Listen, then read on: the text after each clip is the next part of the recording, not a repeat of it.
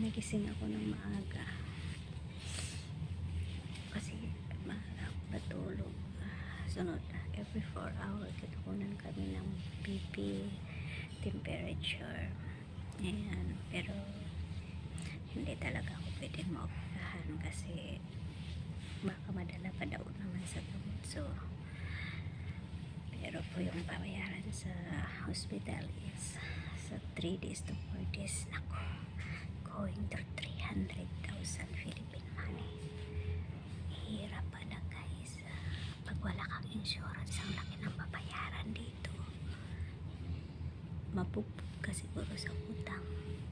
Grabe, ang mahal. Kaya okay lang yan kasi sabi nga life is too short. Pero kung talagang time mo na kahit anong lalagang sakit mo, time mo na talaga, kahit anong lalagang sakit mo, kung talagang ayaw ni Lord na kunin ka, mabubuhay ka pa rin, nagbubuhay. Kaya koko lang, laban na tayo, still pretty pa rin, diba?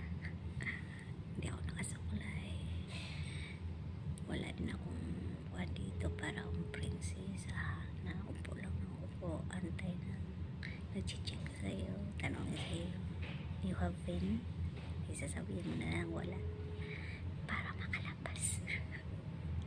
Kasi useless din diba, na magstay ka sa hospital pa tapos yung operation hindi naman magagawa. Kaya better to go back home, diba? Thank you for watching. Dito tayo sa hospital, may sarili kang TV at sarili ka rin. Kumanood ka ng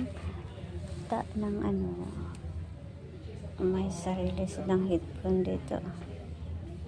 Yung headphone para sa TV, para hindi malakas. And then, dito naman, ayan, pinanood ko yung sarili kong video. Ayan, sa tablet.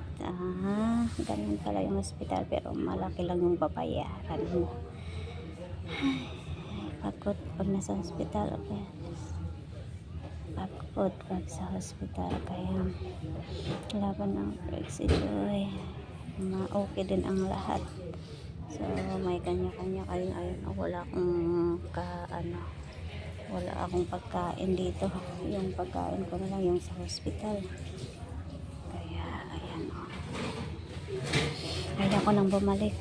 Talagang ayaw ko nang bumalik sa hospital. Bahala na. So Lord, please help me maging okay din ang lahat. Maging okay din ang lahat. In Jesus' name.